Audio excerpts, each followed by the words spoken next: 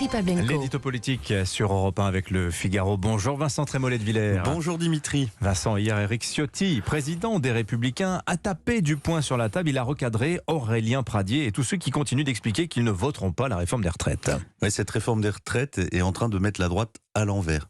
Aurélien Pradié parle comme un délégué CFDT, le député Pierre-Henri Dumont s'en prend à la retraite des sénateurs, Xavier Bertrand joue une mi-temps dans chaque camp, Laurent Wauquiez est introuvable, et une vingtaine de députés invoquent leurs électeurs, leur âge, leur rancune vis-à-vis d'Emmanuel Macron pour justifier leur opposition. Alors, Éric Ciotti essaye tant bien que mal de remettre les choses à l'endroit, mais l'équilibre est fragile. En fait, LR est tiraillé entre le devoir de cohérence et le désir de revanche. La cohérence, c'est que cette réforme fait partie du programme des Républicains depuis 10 ans, qu'elle répond à des impératifs démographiques et économiques, et qu'il serait absurde qu'un homme de droite ne la vote pas. Mais le désir de revanche vient contredire cette évidence. La tentation est grande pour beaucoup de députés de refuser de venir au secours d'un pouvoir qui a dépecé la droite. LR, c'est un parti d'opposition, donc il doit s'opposer à Emmanuel Macron. Mais LR, c'est un parti de gouvernement, donc il ne doit pas laisser le monopole du réformisme au chef de l'État. Vous voyez, c'est un dilemme shakespearien.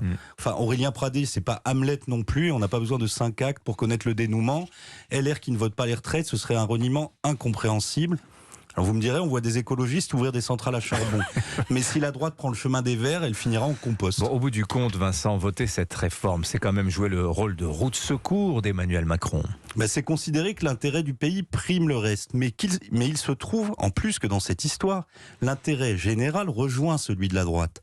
Après avoir laissé filer ses électeurs chez Emmanuel Macron et Marine Le Pen, LR ne peut laisser filer les comptes publics. Alors je reconnais que les Républicains auraient dû faire monter les enchères en conservant les 65 ans comme âge de départ et en exigeant le retour d'une puissante politique familiale. Maintenant, ce qui est fait est fait.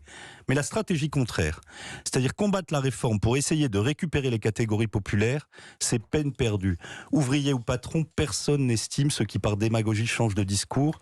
Si la droite a perdu le peuple, ce n'est pas parce qu'elle est pour la retraite à 64 ans, mais parce qu'elle n'a pas fait ce qu'elle avait promis sur l'immigration, sur la sécurité, sur le travail.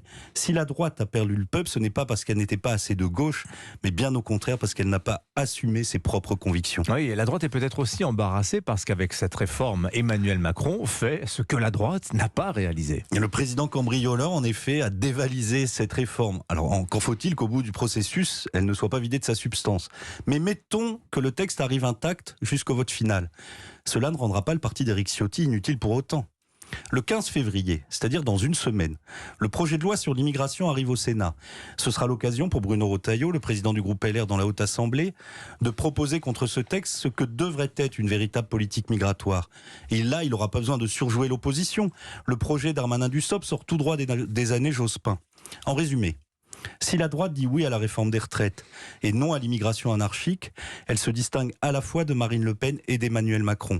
Alors à court terme pour LR c'est très acrobatique, mais à moyen terme la droite peut en sortir gagnante. Oui, et on va en parler dans 20 minutes de tout cela avec notre invité politique ce matin Vincent, ce sera Xavier Bertrand, le président LR des Hauts-de-France que vous avez cité dans votre édito. Vincent Trémollet de Villers, donc pour le Figaro, c'était l'édito politique sur